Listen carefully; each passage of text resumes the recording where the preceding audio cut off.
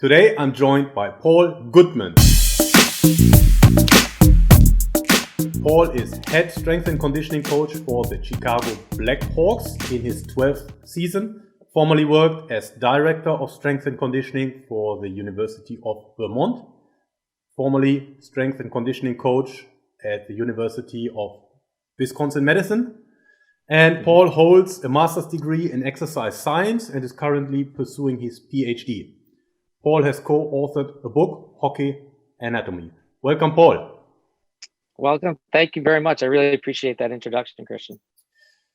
Paul, you started working with the Blackhawks in 2008. 1 year later, they win the first Stanley Cup after 50 years. What did you do? Yes. I always said to some of the guys that had been there through the rough times in Chicago that all they needed was me. And I meant that facetiously. I have no ego in that regard. But I think that, the way that I approached coming into the team after, being in the college ranks was just to appeal to a culture development in a level of work ethic and commitment to an off-ice program that I'm not going to comment on the previous person that was there or people that were there, but all I know is that when you come into a new organization, that there's certain barometer that I want to be set, and that the guys know that barometer, and that we're trying to exceed where they were in previous years, or even, in previous, like many years ago, where we had some senior level guys that had been in the league for a long time. So I think the first thing that I wanted to do was establish a work ethic and a commitment to the off-ice training, and then also provide them information, not just be like, hey, this is what you're doing, and then go do it, but give them the purpose behind it, give them a why behind what they're doing, so that when they are doing it, they feel more vested and that there's a commitment level to execution. How has it been received by the players, the educational element? It's been great. I mean, you've had, over the course of the time that I've been here, there's been obviously turnover. I mean, we have salary cap, you have trades, you have draft picks. So there's always an ebb and flow to the level of time that the player might be with the team. But I think the way I approach it is very open door. I'm an open book when it comes to being able to provide information on whether it's training, soft tissue, rehab, nutrition. I feel like it can give them a breadth of information, and then they could take the information and run with it, or it's just information for information purposes. But I think that it changes per guy. Certain guys are, a little bit more distant to that, and there's certain guys that really love that type of inviting communication. And so, as much as a player wants is what I'm going to obviously give to them, and I'm not going to go, too much into particular areas that are very scientific or physiology or, biomechanical based, unless they want that. So I think it's kind of having a temperament of knowing who you're talking to, and then also engaging with the level of what their experiences are and what they want to get out of it. So it's been received really well. And like I said, I think most strength coaches that are in this field have certain people that are really into it, and certain people that are a little bit more peripheral.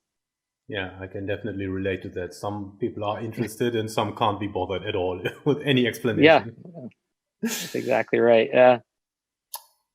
We mentioned the Stanley Cup in 2009, 2010, and then in the next 6 years, you won another 2. So 3 Stanley Cup in 6 years. What would you say has contributed to the success?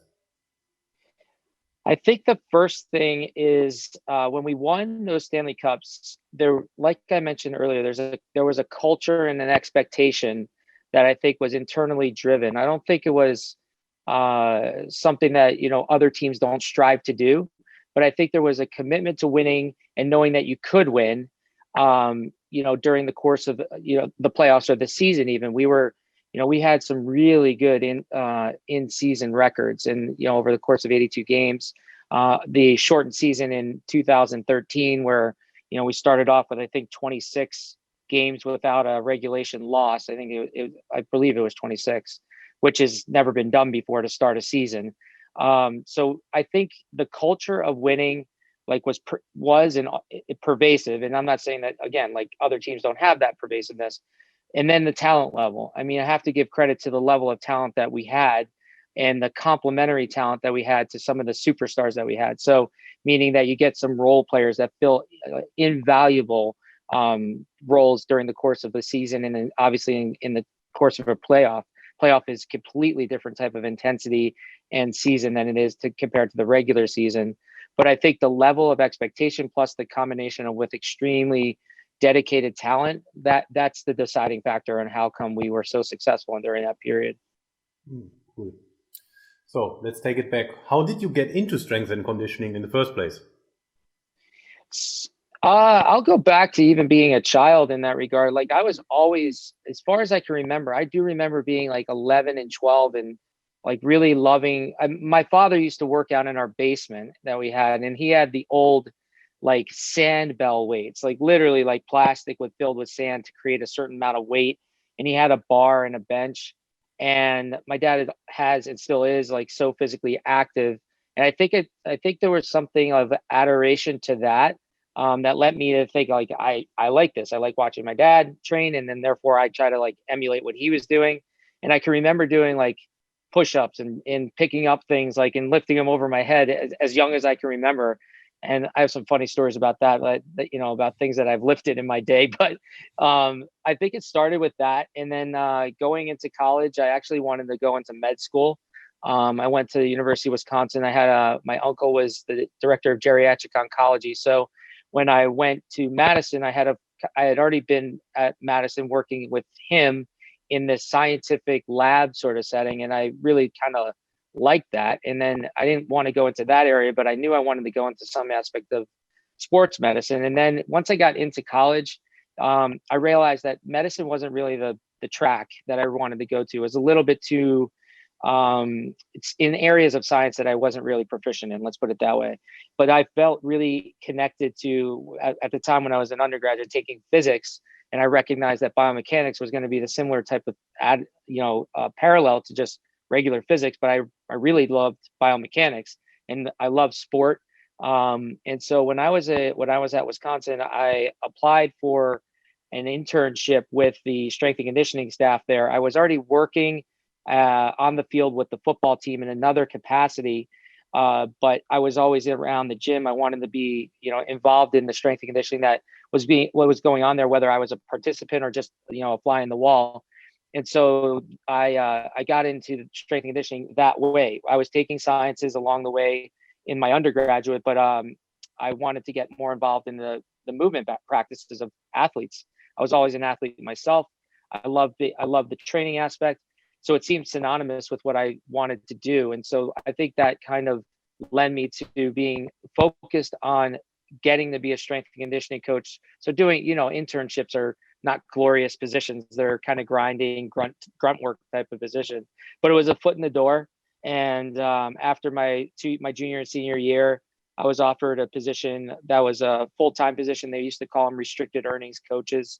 Where it was like the lowest level of pay and the lowest level of abilities to run teams. But within that, I was able to at least work with teams. I was an assistant for football.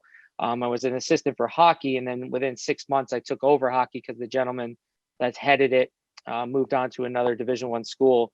And then it kind of grew. I ended up being the second assistant for football. I took over I was obviously the men's hockey strength coach. Then the women's team had an inception.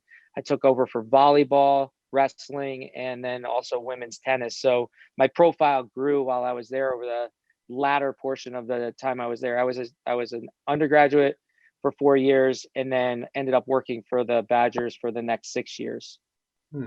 Cool. This skill set of working with multiple sports, do you think that has helped you now with your specific hockey conditioning?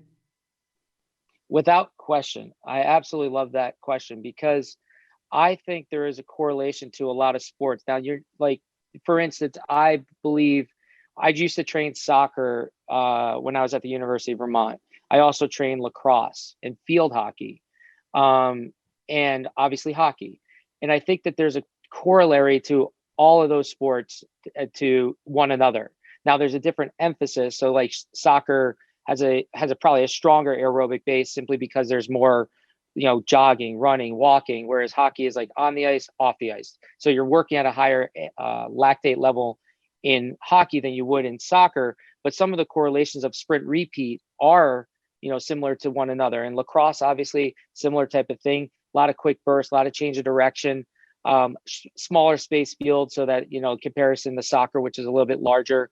Field hockey, similar skill set. The stick is different, so you can't really mimic those type of things. But generally speaking, the energy system development, the need for the sprint repeat, the change of direction skill sets, I think all of those things combine and intercede with one another.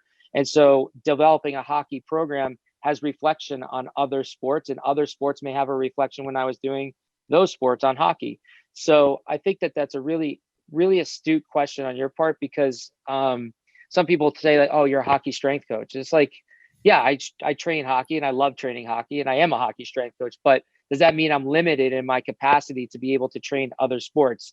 And I think the answer to that is no, simply because if you know physiology and you know the anatomical structures of what muscles need to be recruited for different types of motor patterns, and you're able to train energy systems and create a profile of an athlete in terms of those regards, then you can really train any sport. And I feel really adept at the sports that are like anaerobic, heavy base. But I don't shy away from other sports like basketball or football or baseball, for instance, simply because they're different types of sports. I think it's kind of, there's a cross section there. Yeah. And I think the longer you're in it and you know how to make a needs analysis, you have enough experience, I think you can adapt very, very quickly to any sport. Agreed. Absolutely agree. As an S&C coach, what was your darkest moment? Darkest moment? Wow, I never really thought about that question before. It's a good one. I think, I think there's times in strength and conditioning coaching. I hope younger listeners to this, we could commiserate together. That I think there's really hard times as you're in the industry, that there's, it's a grind. It's not a glamorous field. It's a behind the scenes working without any adulation or anything like that. From an external viewpoint, I think, if you're working closely with the athletes, that's what gives you the gratification and being able to really see your imagination come to fruition through the athlete. And I think that that's empowering and that's energizing. But there's a lot of times when you're waking up at 4 a.m. and you're getting ready to set up a workout that's scheduled for 6 a.m, and you keep doing that. It's a very tiresome type of job where, like late nights, early mornings kind of blend together. I mean, when I was at Vermont, I was the only strength coach there for the first 2 years. I eventually got an assistant, but, I'm working originally with 23 varsity sports, not all of them at the same time, of course, but 23 varsity sports. Then we cut down to 19 sports, but it's still by myself. So I wouldn't say dark, I would say extremely challenging moments where you're questioning, what you're doing, because it's like such a grind. And even today, even to the professional side of things, I like to let people know that it's an amazing job. It is an absolute, this is where I wanted to be, but there are some hard days and nights. I mean, we fly from city to city. We get off a plane, we go and unpack the bags at the rink, and we're in bed at 4 a.m. on some places, and we have to get up by 8:39 to go to the rink to do it all over again in a visiting city. And sometimes at home we do it. So I don't think I think the people that are of the know will be like, yeah, that makes sense. I've seen that. But people that are learning about professional sport or even collegiate sport, there's a lot of hard times where, it's a drain. It's a drain on the energy system and on your focus and sleep deprivation and things like that, that I think make the reward of success, whether it's individual success that you're helping an athlete or team success where you win as a collective group, makes that so much more gratifying because you've gone through those harder times. Yeah. What was your best moment? I've had a lot of them. I would say winning the Stanley Cups has been obviously extremely gratifying. I can't say they're not. I mean, that's the pinnacle of your sport internationally. It's the pinnacle, worldwide known. I would have to say they're so different also. Like the 3 Stanley Cup wins that we had were so different. 2010 was, we were really talented and we were really good, but it was my second year with the team. And I felt like I was making a difference, but I think I've made more of a difference in 2013 and then even more of a difference coming into 2015. Personally, I mean, maybe I was the same in the eyes of everybody else, but I felt that, in my second year, you're catching lightning in a bottle and like I'm on the ride with them. And I'm doing a great job. I'm not saying I wasn't. But what I think is like when you're working with an organization, a group of players, because we had a core group of players that we were traveling through those years with, that there's a camaraderie and a bond and an intimacy with those players because you've been together a longer period of time than I was after just 1 year. So, I think don't get me wrong, 2010 was fantastic. I'm not taking anything away from any of them, but I think that, that team was really good. In 2013, we were so dominant. It was really a fun ride to see us, come to our goal, come to fruition by winning that one in a shortened season because of a lockout. And then in 2015, I think we battled the most. I think that was a harder Stanley Cup to win. We were challenged more, both in season and during the playoffs. And that was extremely gratifying for the reasons of the battle that we really, we were battling in all the other playoffs, but the real battle of like, not an underdog per se, but one that was not as absolute as I think the previous ones were, or the previous one. The 2010 was still a grind in that regard. But I would say the Stanley Cups rank up there as my highest achievement with a team. Then there's other ones that I feel are very important. But if I'm answering your question, I would say that. Yeah.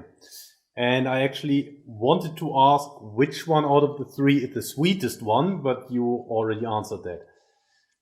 Well, I would interject just 1 second that the 2015 was unbelievably sweet because we did it at home.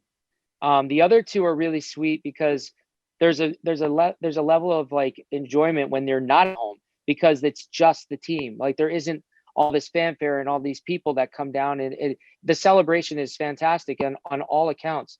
So the away, when we're flying home and it's just us as a team on the plane and we get to kind of celebrate on the plane coming back to the city, I used the word intimate before, but that is a very intimate, like special time with the players, and the celebration, and to have that Stanley Cup sitting in a airline seat next to you is something that you can't explain. It's surreal. And then when you're winning at home, there's another level of appreciation because all these fans get to see it and all these people get to enjoy it with you. And I get chills just talking about it right now. It's just like such fine memories. Yeah. If you could travel back in time 10, 15, 20 years, what advice would you give a younger you? Be patient. I would say be patient. I think be patient, be humble, because I feel like I was not patient with my own progress. Not meaning like other people weren't giving me opportunities. That wasn't it. But my own progress in terms of like figuring out myself as a strength and conditioning coach, whether it be through the actual coaching aspect of it, like my cadence, my timing, my voice, basically to express it in a way. And then also from a programming standpoint of finding me in all of this science and being able to like really write a program that's specific for the individual, represents the team aspect of what's supposed to be accomplished. And I think I did a good job, but I think I was I felt antsy almost because I wanted to get to where I feel I'm at now when I'm in my early 20s. And that's not realistic. You can't possibly know what you need to know in that amount of time, because most people don't get their jobs, right after college, that there's a level of growth that needs to happen. So I'd say be patient, be humble also. And I know this probably sounds trite when I say that, but I think arrogance comes into the fact when you're working with players or you're seeing success that, I attribute my successes to being a part of a bigger thing. So I wasn't the thing. I know I had a huge influence, and I also know that I was impactful, but I wasn't the only thing that brought those successes. And I also use this analogy is like, because I won Stanley Cup in 2010 and 2013 and 2015, was I a better strength coach then than I am now? not winning the Stanley Cup. And I think I might be even a better strength coach now than when I was winning the Stanley Cup, because you have to go through the growth pattern again, and you have to like revisit what was successful, what was not successful, and keep constantly evaluating yourself. And I think I'm not scared to put myself on the block by saying like, okay, where do I need to get better? What are the things that I need to integrate into what I do now to help maybe fortify us down the line to be successful again? And I think there's a humbleness to that. And I think that there could be, I'm not saying there's strength coaches that are listening to this that don't already have that humbleness, but I would say that I would never consider I consider myself a very good strength coach. I really do. Because I'm so passionate about it, I study it all the time. I think about the players. I think about the psychology of the whole industry, and I'm very conscientious, and I know that, and I feel that that's what it needs to be. I think that the science and the thought process that you integrate with your athletes has to create some weight.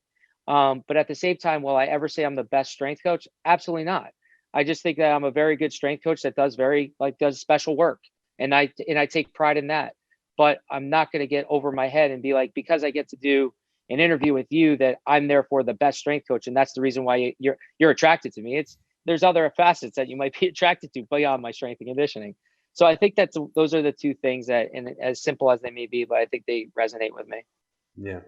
I think the point you made of thinking through problems is very often underestimated. I can also remember so many times I was thinking through things and it took me so long to figure out, but you're constantly busy with your profession. That's not what people see, but it's actually inside you.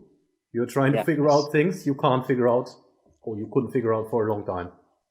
Yeah. And I mean, that's exactly right. And I think I have coaches that work with me and for me. And I tell them that this is, as long as you can explain, we said it earlier, as long as you can explain your why of what you're doing, then, you've created weight to your program. Now, that means that if a player comes to you and asks you like, why are we doing this set, this reps and sets, or this exercise here, or this work to rest ratio, why are we doing that? And if you can't answer it, or you're coming up with something on the fly, then you're really not worth you're not worth their time. I mean, that basically they should walk out the door and they shouldn't come back, because I think that that's the kind of thought process that has to really be incorporated into program design and interaction with your athletes, because it's not whimsical. It has weight. You're affecting lives, and that, in a certain trajectory, whether they're an athlete or a general population person, you're still absolutely affecting a person's life and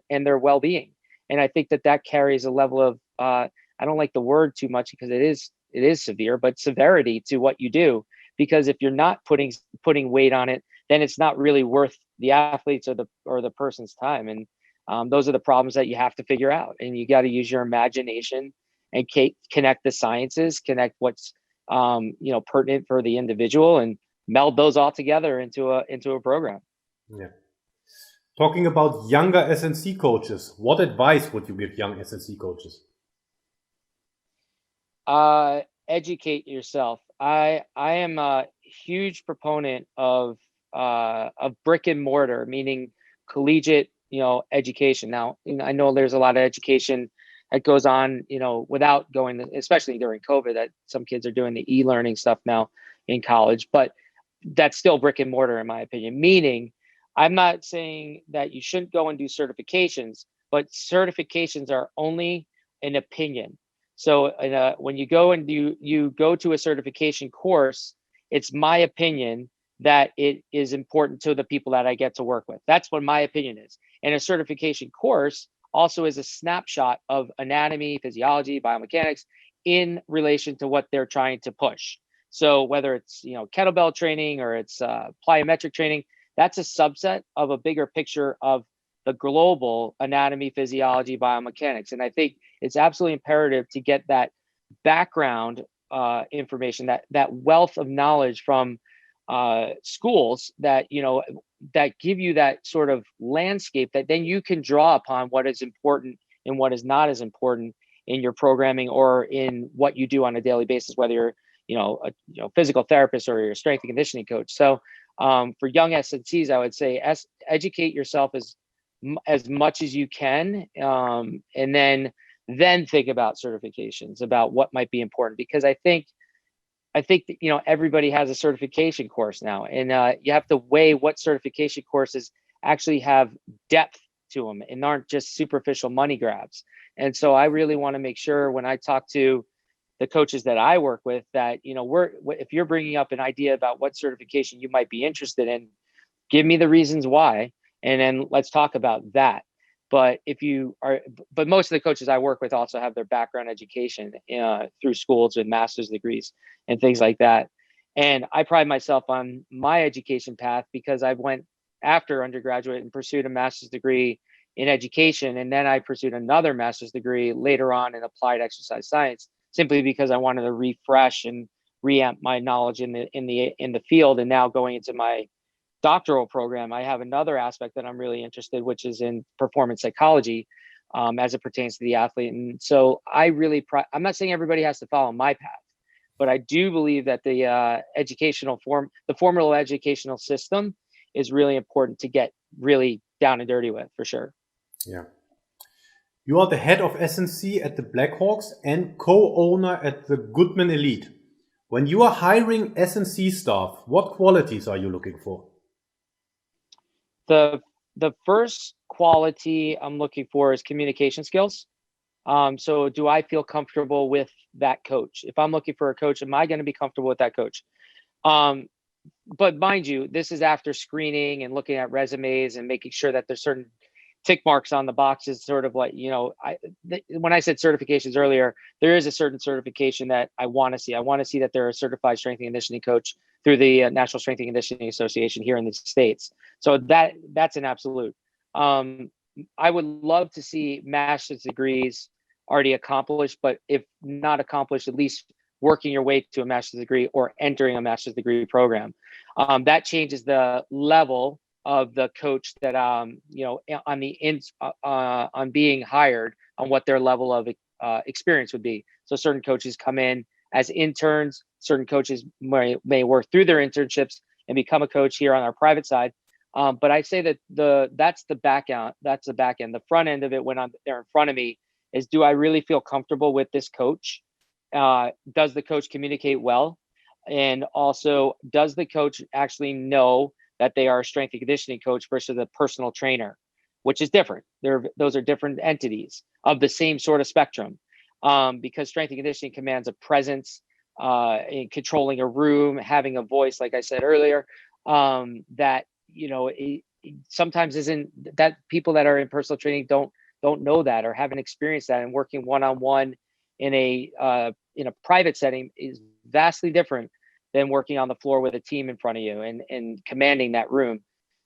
So you look at the experience that they had prior, and once you feel like, okay, they've had some really good experiences and they can communicate well, I think that you're looking at, I think character of the person is imperative. I mean, you have to have people that are really wanting to do really good work for the right purposes. And, sometimes it's really hard to find those people. I'm not going to say it's easy, but you want to find those people, because they can help propel the goals and the mission of what I want to help other people with, meaning our clients or our athletes. Yeah. And I think the character piece is also often very underestimated, especially in a setting like professional sports. You're dealing with big egos at times.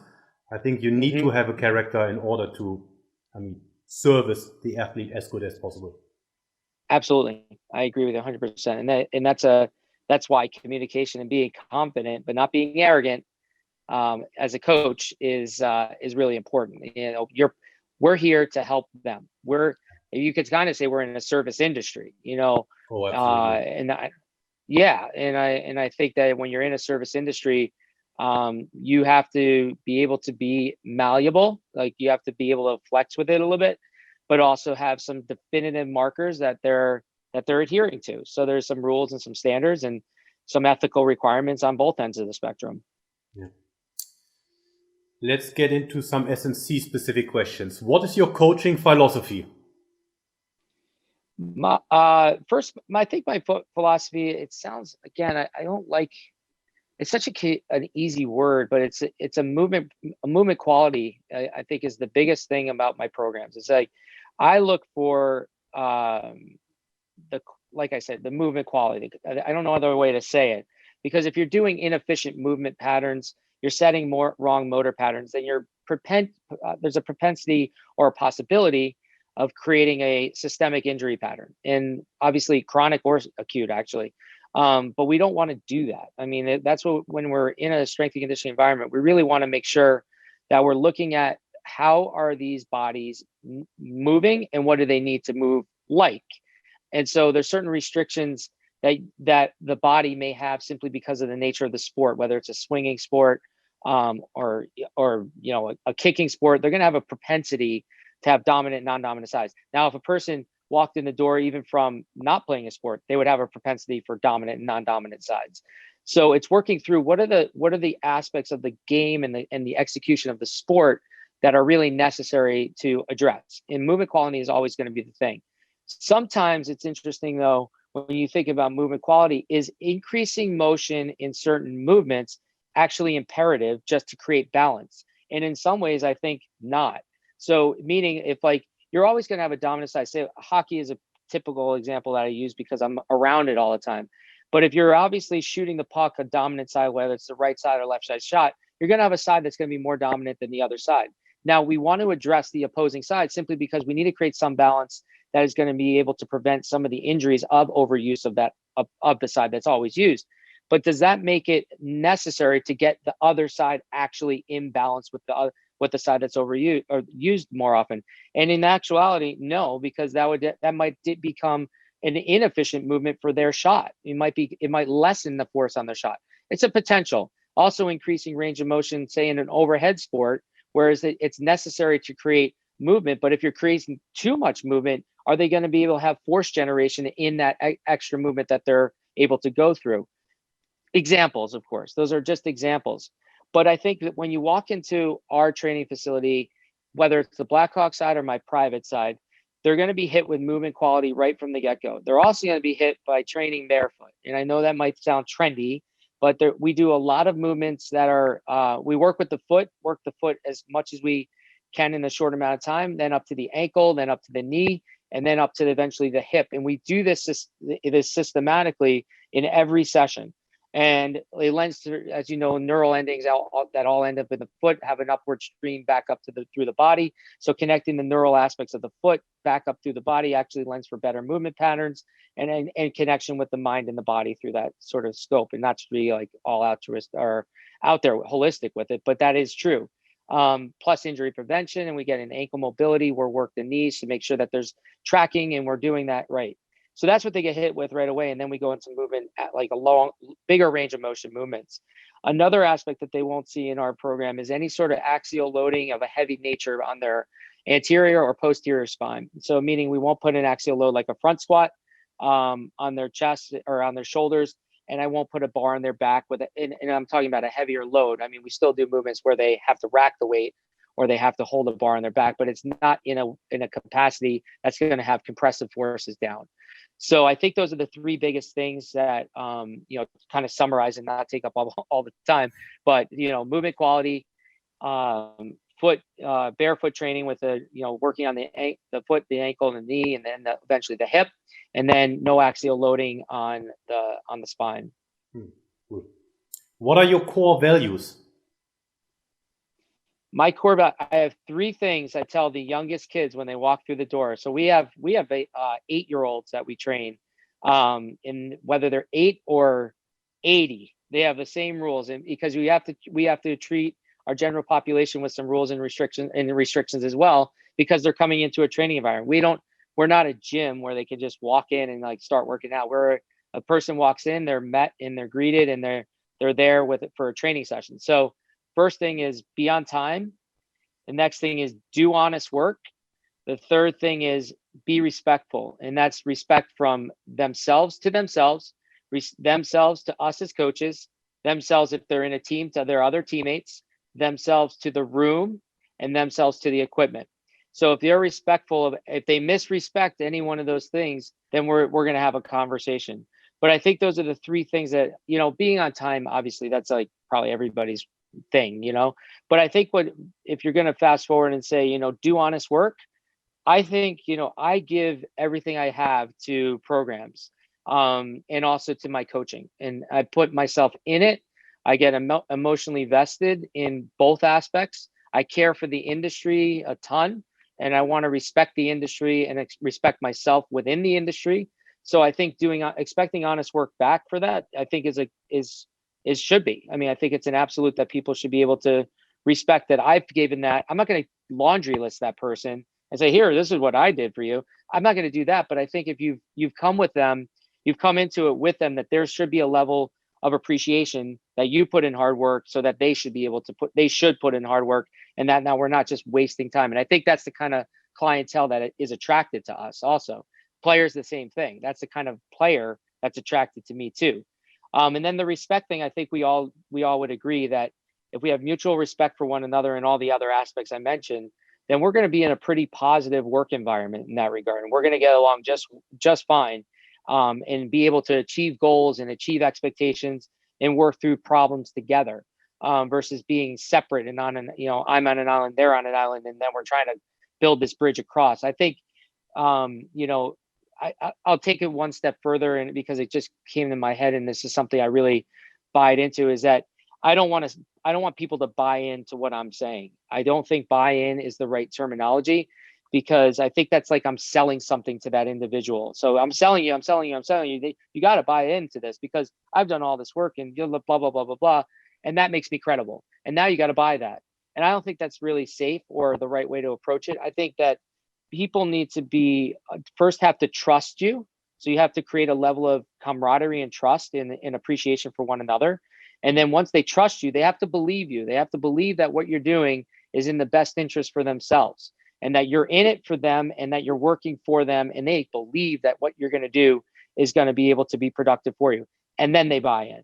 That's how I think it goes in, because I don't believe that you could just sell somebody and be like, I'm Paul Goodman. I've won 3 Stanley Cups. I've won Rose Bowls in the college. I've done all this stuff. Now do what I say. And I have a proving ground with every person that comes through the door, because it's not an absolute that they come through the door, whether they're an athlete, on the professional side, or a client that's coming in. It's not an absolute that they're going to come in and be like, oh, Paul, give me what you got. That does happen. But most of the times it's like, you got to build those bridges. You got to build your level of camaraderie and trust and belief before you say, now we got something. Now you got some buy-in from the players or from the population. Yeah. And that also now comes full circle with what you said earlier in the development of your relation at the Blackhawks with the players there. So the longer you are with them, the more the intimacy and relation is formed. Exactly. That's exactly right. Which person has influenced you most and why? I'm not going to say names, because I think that might be off-putting to, and I haven't gotten permission to say names from others, but I've had strength coaches that I've seen work with that have taught me how I don't want to do things. And I think that's a learning experience unto itself. So you take information from how other coaches either coach or handle programming or handle interactions with people, and you're kind of discern what are the things that person does well, and what are the things that I would never want to do, or treat people the way that they are treating people. And I think that that's what I've learned from the coaches that have affected me in a way that I still to this day believe it's positive, because I don't think we can get, you can emulate the great ones, the greatest coaches, the greatest players. Like, you could try, but you still have to be you. You still have to be able to like have your own voice and personality when you're a coach or whether you're an athlete. And so I think I take away some of the aspects of the negative side of things from coaches that I've seen, and try to relay that into a positive approach on how I now coach people, or how I care for people and take interest in them, just versus being a commodity. And so I think that's a really important piece to take into consideration.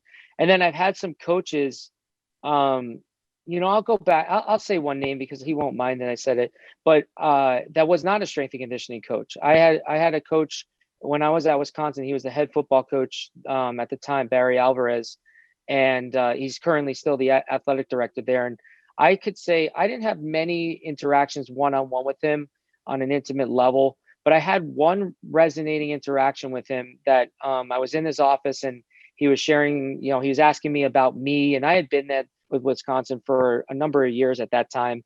And we had a conversation, and I remember the truest words that I've ever heard that this is 20 years ago, and it still resonates to me this day. And I don't think I hold this quality, but he said that when he was growing up, his father always told him that he should be felt when he walked through a room.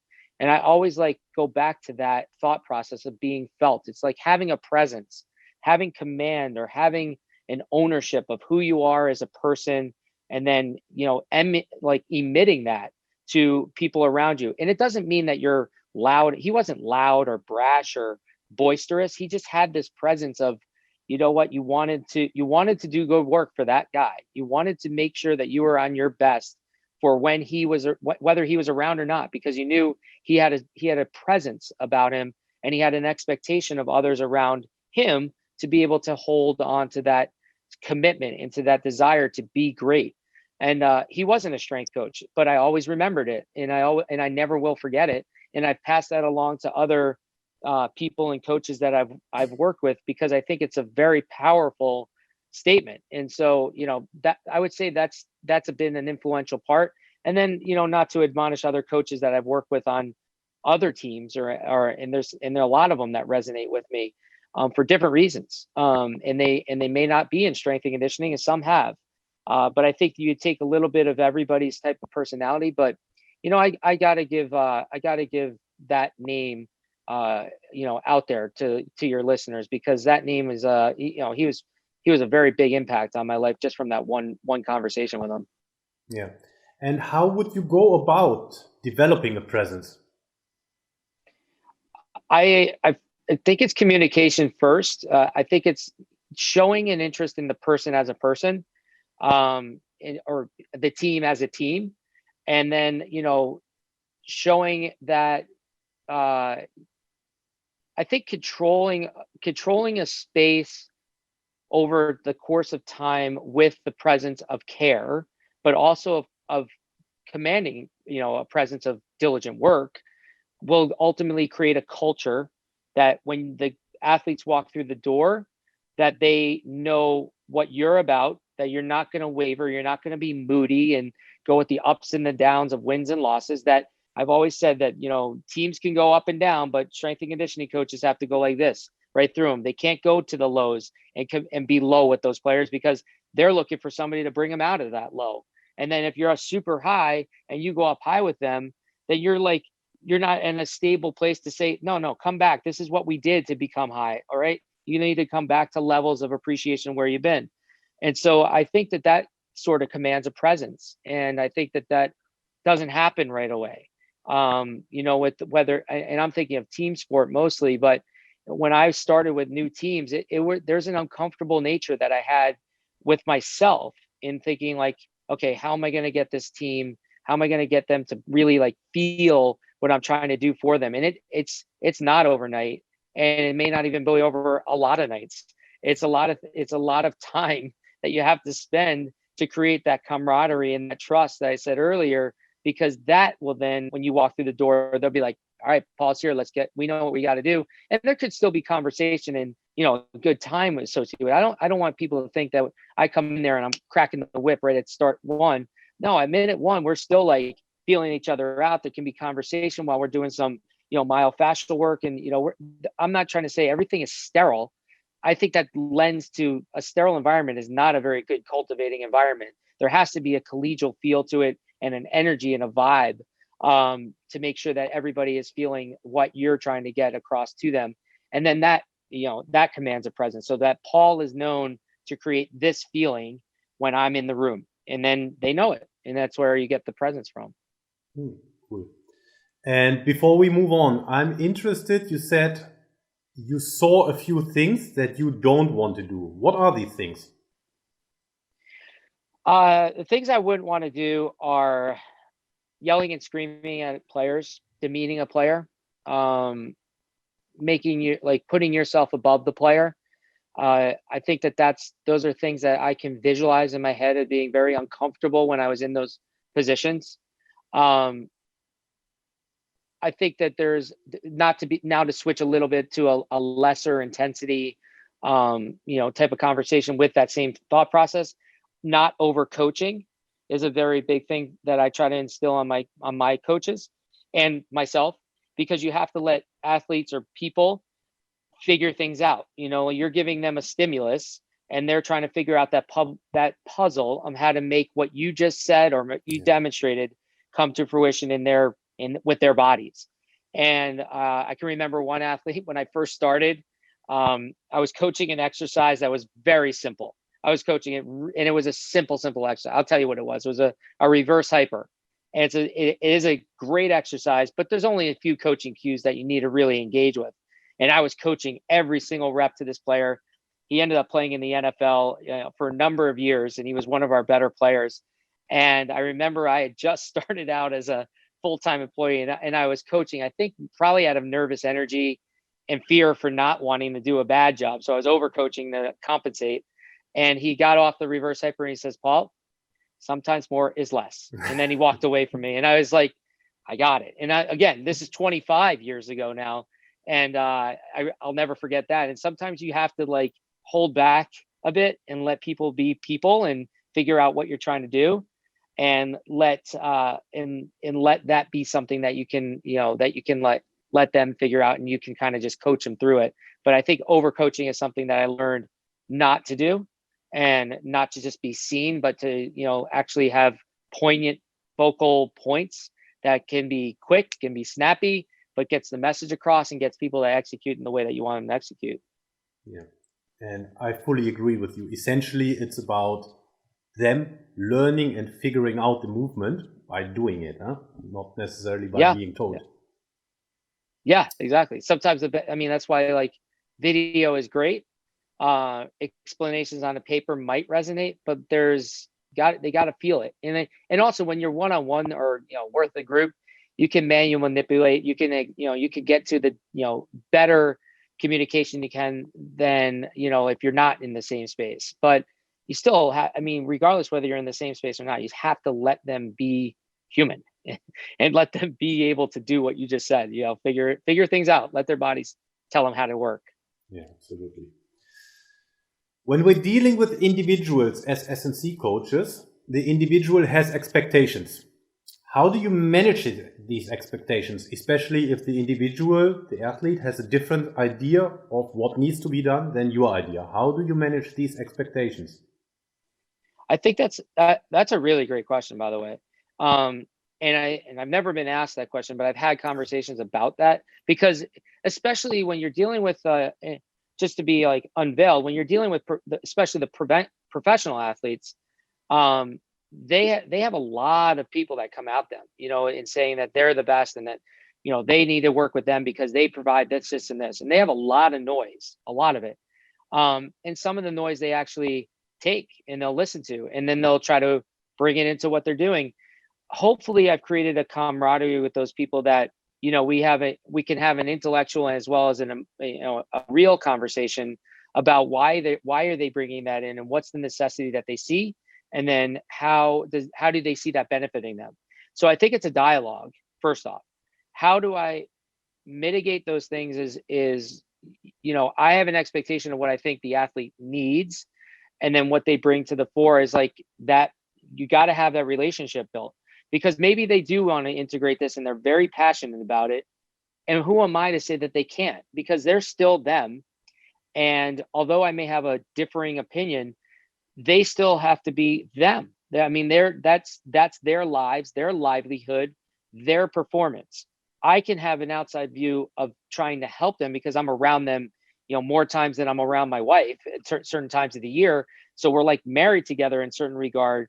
So I know more about them than they even think I know, because I'm, sitting with them on planes. I'm watching them eat. I'm, we're going to the same hotels, going to sleep at the same times, waking up and doing this all over again. So there's an intimacy, we use the word intimacy a lot, but there's a lot of intimacy in that knowledge that a lot about this person, and they think they know what they need, but in actuality, it might take an external person to be able to bring that home to them. So my expectations of them, I think, it has to go in hand with their expectations of themselves. And so if I've done a good enough job, then those things could kind of blend together and we could come up with a pseudo marriage between those two things, or multiple things, because there could be more. But I think the overriding factor is that if they acknowledge that I care for them and about them only, not meaning like I care that you listen to me because it's my voice, but if there's a level of care of saying like, I appreciate what you need to do, and you also know that I have an interest in what you do, then I think that you could kind of, meld those things together. And that's the biggest part of getting, external noise to be able to resonate for both of us, not just be, them versus me. There has to be a communication, and I have to take an active interest in them. Now, on the private side of things, when people come here, through the door, that's a different type of relationship, because they've already said by committing to us that they know that what they want. And so those goals that they're looking to achieve and my goals, they usually go this hand in hand, because that's why they're there. They're there for me to provide them some goals and expectations. But like I said, with the trust, they have to trust that they're going to get to those places because of me or my staff and my programming, because we're in it with them. Their goals might be their goals and our goals might be our goals, but we're going to work on them together. And those are absolutes. Those are things that we can go hand in hand with. Whereas in the opposite is like, if somebody brings in something from an outside source in the professional environment, I have to blend that a little bit more than I do with the absolutes of the private side. Yeah. Professional sports is often very fast-paced, hence coaches and staff move around a lot. Why do you think you are in your position for 12 years now? I think it's, I remember my interview here with the Hawks, and I remember sitting down with our general manager and assistant general manager at the time, and I think our team president was there as well. And they asked me, why you? That was a question, why you? And I knew it was going to come, and I wanted to answer it a certain way, because I felt very passionate about how I wanted to answer. And the answer I wanted to give, and I did deliver, and I was really kind of proud of myself when I walked out of there and I was like, I gave it, was that, everybody has a great resume if they're coming up to this level of being interviewed. There's no way that person that's being interviewed doesn't have a proficient resume. I didn't know anybody in the organization. I didn't have a person that was like guiding me in. So to them, I was a stranger, in the interview process, however many hours it was, I was still a stranger. And the way I communicated it was that you have all of these resumes in front of you who are probably really bright, shining people that are looking to become the head strength coach for an elite team in an organization that's been known for, I think it was like 75 years at the time or something along those lines. And so I said, why me? It's because I know how I'm going to resonate with people. I know what I can do, and I know how I will emphatically be emotionally tied to what goes on here. I said, but it's not about me selling you about me. It's what do you feel about me? And I said, I know what I can provide is going to be of the highest level of substance, is going to be the highest level of care, and it's going to be the highest level of interest. And those are the three things that I think I can give to you right now. And then it's your belief that I can do that for years to come. And I think now this is going on my 13th season coming up whenever we start to play. And I think that level of passion, and I'm not using that word lightly because I know I am very passionate about what I do, maybe to a fault at sometimes, but I know my passion and my care of what I believe in and how I want to approach it and give to others. I think that resonates. And I don't think that I'm timed out simply because I've been here for double-digit years. Now I am one of the senior, strength and conditioning coaches in the NHL, which is kind of hard to believe because it feels like it's been like, a flip of a switch in time frame. But I think that that's why I've had longevity and I had commitment from the organization, who I respect a ton, and I think respect me reciprocally in the same vein, because they know I just care that much and I will do whatever it takes to be able to provide the best of myself to the team, always the team. Yeah, cool. In a team of coaches and support staff, everyone is wearing his own hat. How do you deal with conflict? Straight up, right in the face of it. I think that if you're in this environment, like I said, we're almost married to each other, right? So if you're in a disgruntled situation, that's not going away, because you're going to see those people over and over and over again. And so I think you have to address it straight away. And I think that's being part of a mature relationship, is being able to say that, these are the things, this is something that is bothersome to me, and you don't let it fester and become bigger.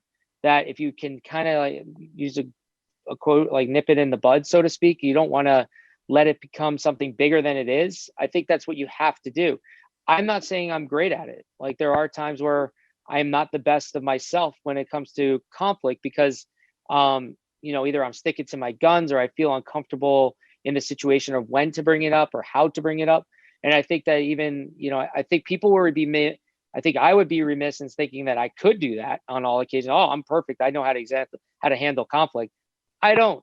I'm never going to say that I would, but I try to be best as I can when there's a conflict and involved, and I try to rise above my own insecurities in the situation to be better than I think I can be, than I think I would be if I wasn't trying to be cognizant of my own behaviors. So, it's a work in progress. I think we all are a work in progress in that regard, but you try to do the best job you can and not let something get bigger than it is or that it was. And I think that that's the best way to approach it, is just being like, patient with yourself, knowing that, you're going to do the best job you can, but also recognize that not every time you get faced with conflict that's going to be perfectly resolved. Yeah. Good. How does a typical training day in the life of an S&C coach in the NHL look like? Every day is very different. Off season is very systematic. So there's certain times that the players will come in. We train as a group or as an individual during the course of a day, and then they're on their way. They do what they want. Usually we train early morning. I like early morning. The players seem to like early morning, so that's pretty systematic. We're usually starting around 7 or so, maybe some days around 8. And go for a few hours, both on and off the ice, or off and on the ice at this stage. But in season's a whole different picture, So, if I'm going to take a typical day, I'm usually at the rink by 7:30. And then I do all of the prep work, whether it's doing the nutritional stuff with recovery shakes, or in-game preparation of the drinks that the guys would take, in terms of that regard, and working on the nutrition aspects for the day. Then, finishing, whether I probably have the program done for the day. And on a game day, we usually, I do some, heart rate monitoring and GPS system software stuff that I do with the players for the practices. So, get that set up, put it on make sure all the belts are out there, blah, blah, blah, all that kind of stuff. Make sure the system's up and running. Usually I start the practice on the system, and then I go back and I usually work with the injured guys that are not viable to practice at the time. So during their practice, I'm usually working with them. They get off the ice. I take the system. I take all the information through the data ports and then import it, try to create some spreadsheets and graphs for coaches, and for myself and for the players as well. 3 separate entities, mind you, they don't get the same thing. And then if it's a game day, then the guys go back to their houses and do whatever they do. I'm usually working on some other things with if we have injured guys, or we have healthy scratch guys, that we might do some extra work then. Game time for a game starts around like 7:30. We usually are there all day anyway, so we're not going home or anything like that. So the guys start floating around about 3.5 hours earlier. So I've already done all the prep work with all the drinks that they get for the games, and players start coming in. I have my massage license as well, and I also do myofascial stretching routines with the guys that need it for activation, or for whatever they need for soft tissue work. And with a few guys that come to see me prior to the game, we do some dynamic warm-ups, do some activation stuff with certain players, and then the guys go and play. I have some of the healthy scratches work during the actual game. So we emulate the times that they would be on the ice. And then after games, we actually train the guys that played, in the game. And then if, after the game is done and they've trained, then, you close up shop and call it a day. So most days I'm usually, on a home game, at the rink by 7, home by 12:30, 1 o'clock, and be done with the day and start it all over the next day. Yeah. And the road is way different. I mean, the road is a whole nother animal because we're flying from city to city. Usually, it might be a cool thing for your listeners to know that when a game ends, so just say a game ends at 10 o'clock, we're usually on the bus, all of our equipment, bus packed out in 30 minutes later. And then we're on a flight, 30 minutes after that, headed to the next city. So if a game ends at 10, we're usually on our flight by 11, and then we're flying however many hours to the next city or home, whatever you may say. But so that changes the spectrum. Generally, everything else is the same. It's just adding another piece of the puzzle of leaving and going to the next city and setting up at the next city, which is like, early morning hours. So yeah, it's something that I think might be interesting. Yeah, cool. There's a video, Blackhawks road trip with Paul Goodman on YouTube. How many road trips like this do you have in a month or in a year? So we have 42 road games. So it's an 82 game season. So 42 road games. Tough to say how many trips are like that, but because, we're visiting 41 cities, and we might get there a couple days before the game, or we might get there the day before the game. We never land on the day of a game. That's not something that we do. But any road game that you see is that. I mean, that's pretty much what you see every single time we go out there, because that's the level of what we do. It's always the same. You got to set up the visiting room. You have to have the players feel like it's their room with all their gear lined up. I have to get my stuff set up for the sports science side of things, for the myofascial things, for the training side of things. So that's what it looks like. I mean, it's a pretty good snapshot. There's more to it than even just what was shown on the video, but it does give a pretty good feel of what a day in the life actually looks like on the road. Yeah, I believe that. How do you design a training program? I design a training program similar to the philosophy of movement quality first. So I don't introduce anything I see how a person or an athlete moves. And a lot of the guys are really proficient in movement when they're at the professional level. I mean, you're dealing with like a 1% athletic population there. So generally, and this isn't everybody by any means, generally they're pretty in tune with their body, and meaning how they move their body. Now, playing the sport may infringe upon some movement quality. So you want to identify what are those areas that you can work on. So we do a battery of assessments with the players when they first enter into a season. And a lot of those assessments are basically evaluating their movement quality, as well as like force production, force reduction, re-acceleration, output, power output, things along those lines. And trying to find, I don't care about the results being great. I actually want to find the results that aren't great, so that we have things that we can actually propel and work on. And I think that's maybe a different thought process than some people may have on the terms of assessments, because I'm not grading their successes at all, because I don't think that's fair. You're grading your successes based upon their own successes. I think that's the way to do it, versus marketing success based upon everybody else. So that's what I try to say. So how do I design a program is how I would always design a program, is finding their areas that need to have a level of acuity, whether it's like internal, getting rid of external rotation of the hip, making them more internal rotation, so they have more streamlined movements of their lower extremity, versus being like, externally rotated, which is hockey. Hockey is a very externally rotated sport of the lower limb.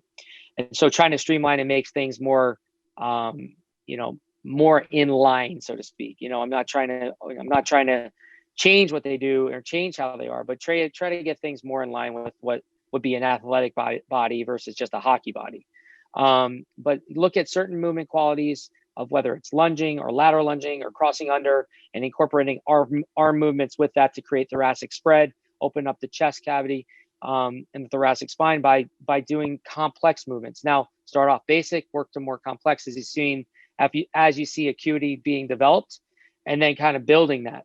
So that's always the first start of a session, always. So I said we start with foot and ankle and knee and hip, and that's part of it. And so we always do movement quality, non-weight bearing, non-load bearing work to start off a session. Their load is their body weight.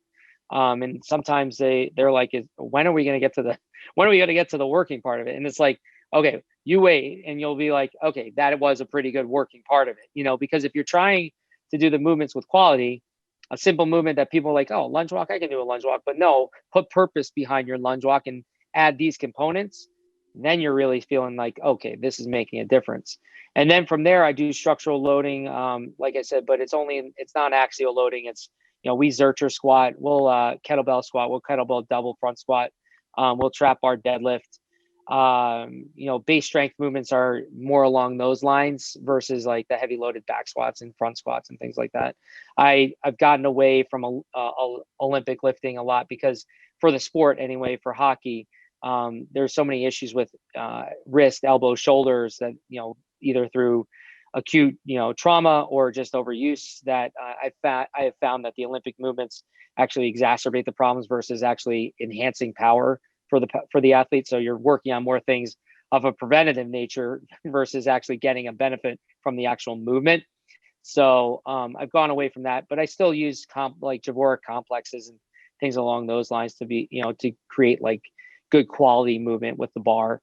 But designing a program, I like to, because I have coaches that I work with on the private side that have never worked with me, and they may have come from other philosophies of coaching. That may be like more like systematic. Here's your speed day. Here's your strength day. Here's your dynamic day. Here's your blah, blah, blah.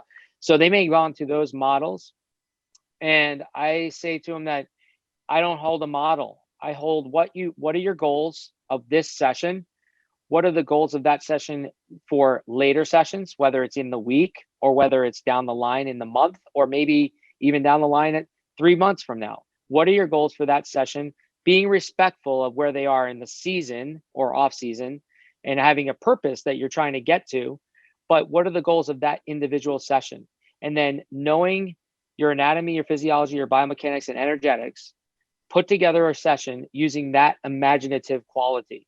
So I don't like coaches to be boxed in to being like, okay, we have to do a structural lift, so it has to be this. It's like, no, define what your structural lift is. And then maybe there's a reason better to do like, okay, this week we need to work, or this day we need to work on trap bar deadlifts because I want to elicit this sort of strength, reactive strength index when you go to or power index when you go to the next exercise, or you're just trying to develop base strength and that's it.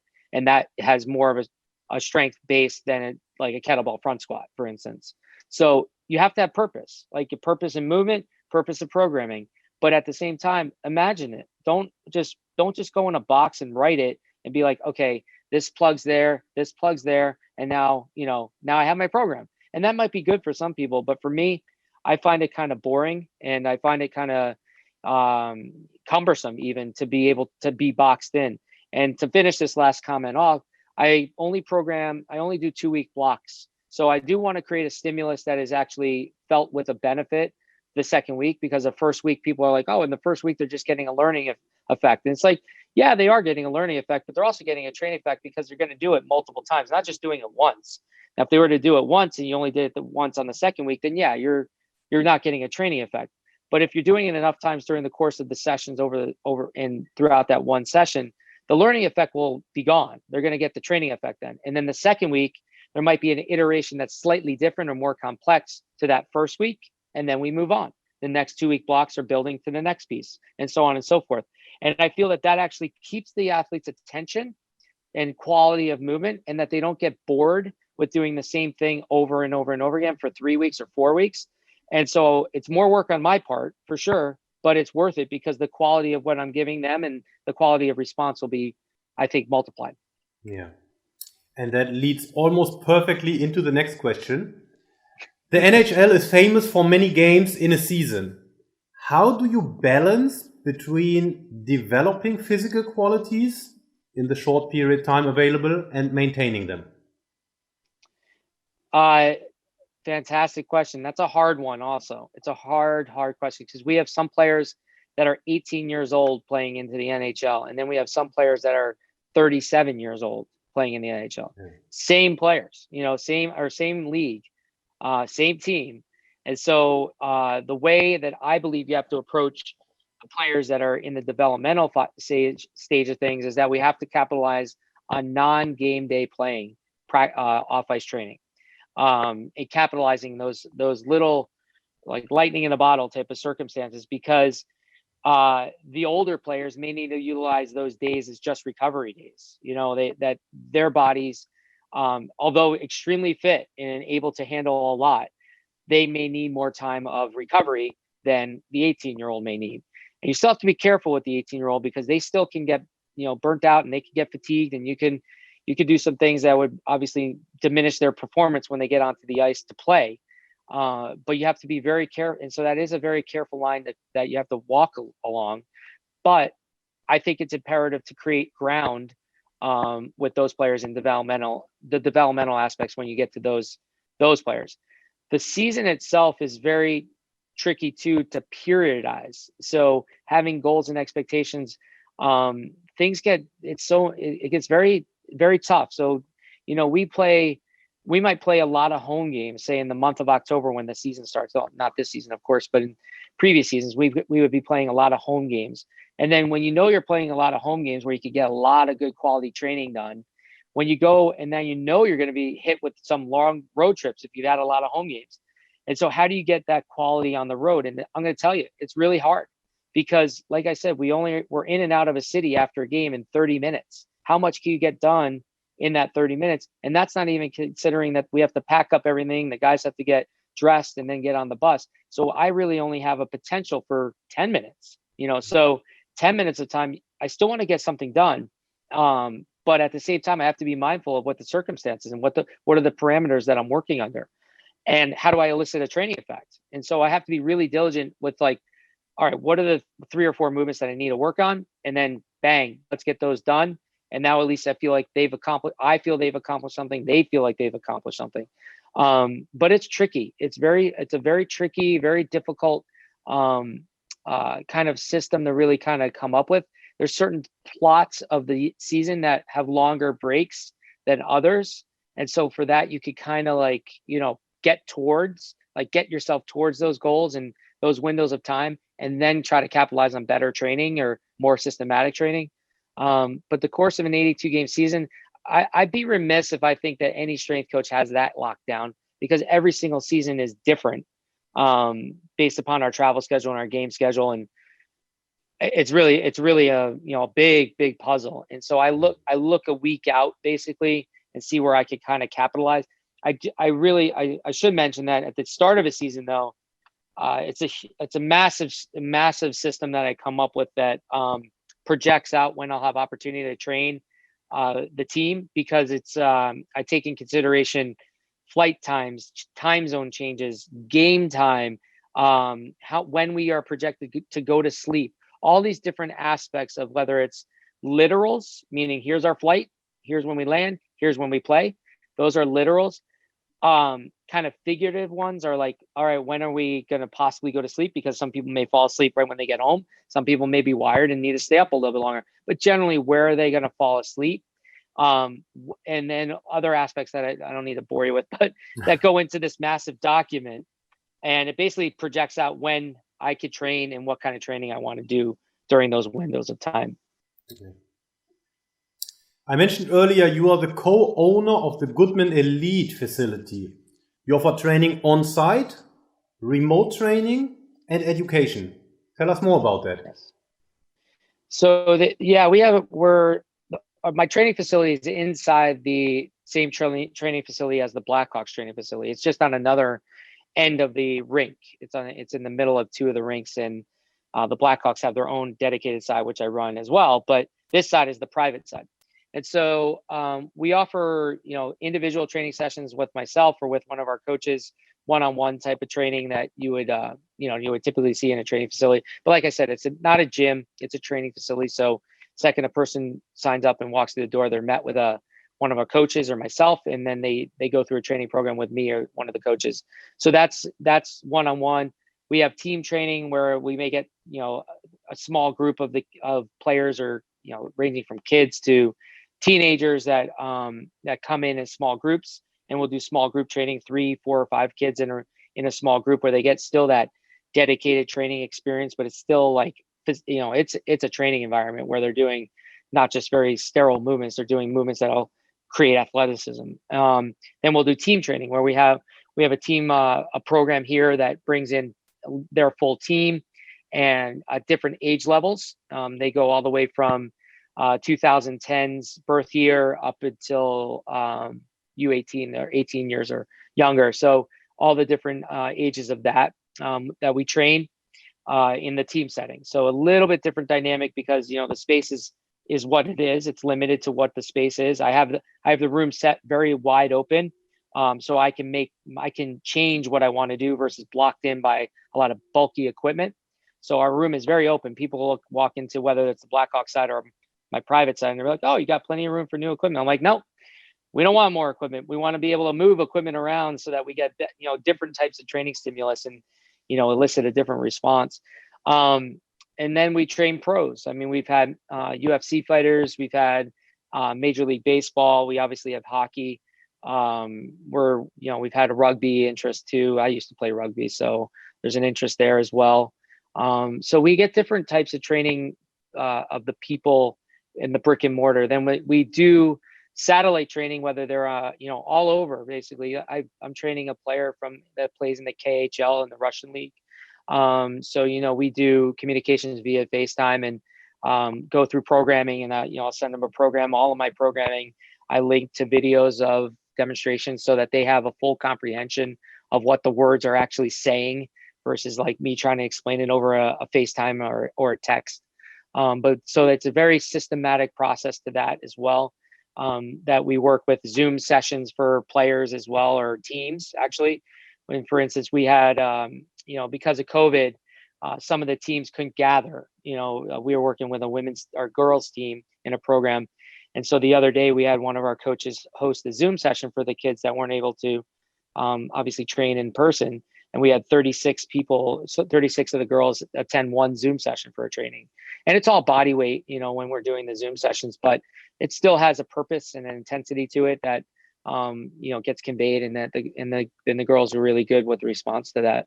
And then the last piece of your question is education. We've run clinics and symposiums, and we continue to grow the educational forum. Like I mentioned, I'm really heavy into education and helping other coaches with their education. So I feel really passionate about reach on that educational front. And so we have ideas and bigger plans for, trying to do something internationally, actually, with getting education to other coaches and building coaches, not necessarily all through my eyes. I mean, I have ideas and I love to contribute to that. Obviously, what our ultimate goal is with that educational system that we want to put in place. But that's the whole point of education, is to get other minds like yourself and other people together and collaborate and learn from one another. And that's the only way that you're going to grow. You can have your own imagination. You can think that you know everything, but you really, I didn't know you until recently. And so, I'm going to learn more about you through your educational pathways, through your system in this podcast, and listening to some of the previous guests that you've had. And that's the way. If you're not doing that, then I think you're going to be stagnant and stale. People, and I'll end with this little comment, but people always ask me, well, what do you listen to? Or what do you read? I don't really read much anymore, simply because when I'm reading, it's usually for my doctoral work. So I don't really have quality time just to read a book or something, but I listen to books all the time. Or I'm not a big podcast person until recently, actually. Certain people got me inspired on podcasts, and I've listened to some great ones lately, excited about. And then, but I mostly listen to books because it gives like a depth of a certain topic, and it's not on, none of them are on strength and conditioning. They're usually on, I really like listening to books that are mindset oriented, leadership oriented, task specific types of books. Growth, I think that growth mindset or fixed mindset really gets, really is a really true testament to whether a person's going to be able to adapt or not. So that's the kind of things I listen to, and it's some people are like, oh, that's kind of boring. It's like, it's not at all to me, because I feel that those two aspects, leadership and mindset, really transcend anything I do physically with a player. I think they actually dominate. Yeah. What are the podcast tips that you have? Podcast tips? Yeah, you said you found some really cool podcasts. I think this. I think that you know, you allowed the listener to, you allowed me as the guest to talk and try to, like, I'm thinking and I'm working my thoughts while talking to you.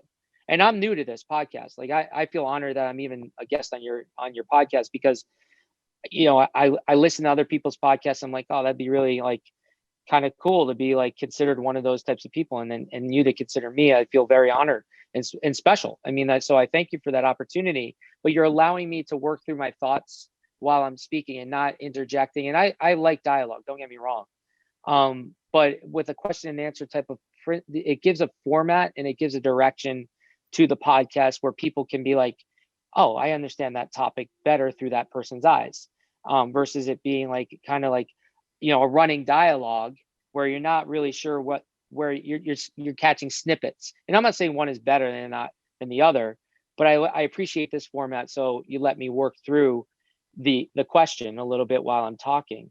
Hopefully I didn't speak too much, because I do have a tendency to overspeak at times. So, but I think that the podcast that I'm drawn to is the quality of not necessarily the topic, because the topic may not be anything that people would think, you know, a strength and conditioning coach would be listening to. But, you know, I think that the topic and the way the topic is handled, and the guest has to be willing to be unveiled a bit and not just simply give like surfacey answers, because I think that's boring. And I think that that's what had tuned me out of some listening to certain podcasts, is because, yeah, I see that you want to go somewhere, but then you're holding back. Maybe it's because you don't want to divulge too much about your philosophy or what they think, because maybe it's controversial or maybe it's proprietary. But I think that that opens the lens up to who the person is a little bit, and I think that that's when you get connected to the person that's being interviewed, and certainly the interviewer, you getting connected to, because you show passion for the area. But the person that's getting interviewed, I think, has to have some. I think they have to speak and be not afraid to get down to some crux things that are really what they're core about. Yeah, really cool. Let's talk about your book. You have co-authored a book, Hockey Anatomy. What does the reader get from that book? So the book is brought into segments. So there's so our team orthopedic surgeon, Dr. Michael Terry, was the other author. And he's the director of sports medicine at Northwestern Hospital as well. But he and I co-authored it. And so his part of it was basically writing the introductions on what areas were pertinent to the sport of hockey, whether it's strength, power, mobility. Yeah, I think like there's 9 different areas: agility, speed, conditioning, that kind of stuff. And so he wrote the introductions on each of those in the prep, and also the introduction of the entire book, which kind of lays out the science behind those aspects. Why are they important? And then my responsibility was coming up with the exercises or drills, for that matter, that would be representative of that area, but not just a drill and basically I explain the drill, I explain the execution of the drill, but drawing out what are the what are the muscles of the anatomy that are being primary recruited and secondary recruited. So what are the primary and secondary muscle movements? And then incorporating that into why it's important for the sport of hockey. What is the hockey focus? So I think it kind of takes you down this, or takes you up this stepwise type of progression of like, okay, I understand why this area is important. I know this exercise is of importance. Here is how I do the exercise. Here are the muscles that are going to be engaged while doing those exercises. And then how is these exercises and these muscle groups important for the sport? So I think it has a big impact, and it has especially for, you know, whether you're a coach or a player, I think you can get something out of that. We've actually been, you know, we are opened ourselves up to actually having that book be utilized in, you know, in collegiate courses as well, because it's more functional anatomy versus just anatomy. And so I think the learner nowadays actually can benefit from understanding movement patterns and seeing what muscles are recruited versus just memorizing muscles. I think you actually might memorize muscles faster by knowing that how they're recruited and how they're used in movements. Yeah, cool. We're getting to the end of the interview. Do you want to nominate someone to be interviewed? Well, I think a really good person to ask is a really good professional friend of mine, and his name is Matt Price, and he's the head strength and conditioning coach for the Los Angeles Kings. And the reason why I'd recommend him is he's probably one. He probably wouldn't show it necessarily in a podcast. He's one of the funniest guys that is in this industry, in my opinion. And maybe it's my sense of humor that I love his type of sense of humor, but he's wicked intelligent and super bright in the field, and he cares, and he's like, it's almost like a kismic type of thing where I relate to how he thinks. And I think that he relates to how I think, and he's equally as passionate about the area without being like, being all over people about the area. Like I think what we both like to do is take a step back, appreciate like the space that needs to be between my passion and your interest. And so you may be like, I'm interested, but if I go right into like everything that I'm passionate about with you, like you might be like, whoa, too much. So being aware of what that space needs to be. And I think he does an excellent job.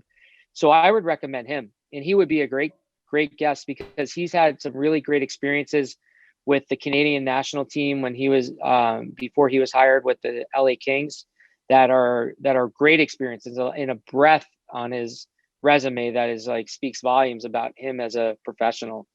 So I would say if you could get a hold of him, he would be and you will, I mean, I know you will, he would be a great interview. Really cool. Where can people find you? So I have a website, GoodmanElite.com is our website for our business. And then I have 2 social medias. I wish I'm not really good with the handles that I think, but if they look up Paul Goodman and Chicago Blackhawks, they'll find my personal one. And if they look up Goodman Elite, we're the only Goodman Elite one that there is. Those are both on Instagram, Twitter. I think we're even on Facebook with that kind of stuff. But yeah, I mean, I'm very open. I love getting, whether it's email or, getting emails through my communications that way I love communicating, and I love being open for people to communicate with. And obviously, I get some interest from a lot of different sources, but, from the people that might be listening to this, I think that, what I would like to say is that like, don't be afraid to reach out. Like those are the types of people that sometimes but I only like at an arm's length away from like giving out their contact information. But Instagram is always a very good one, and then they can find me, and the email on Blackhawks will be pretty simple to figure out also. So I think that those are ways to communicate with me. Cool. I will link all of that up. Paul, thank you. Thanks a lot for your time. Thanks for sharing your expertise and your experiences. Thank you so much, Richard. It's been great. I really appreciate the interest. Really cool. Thank you.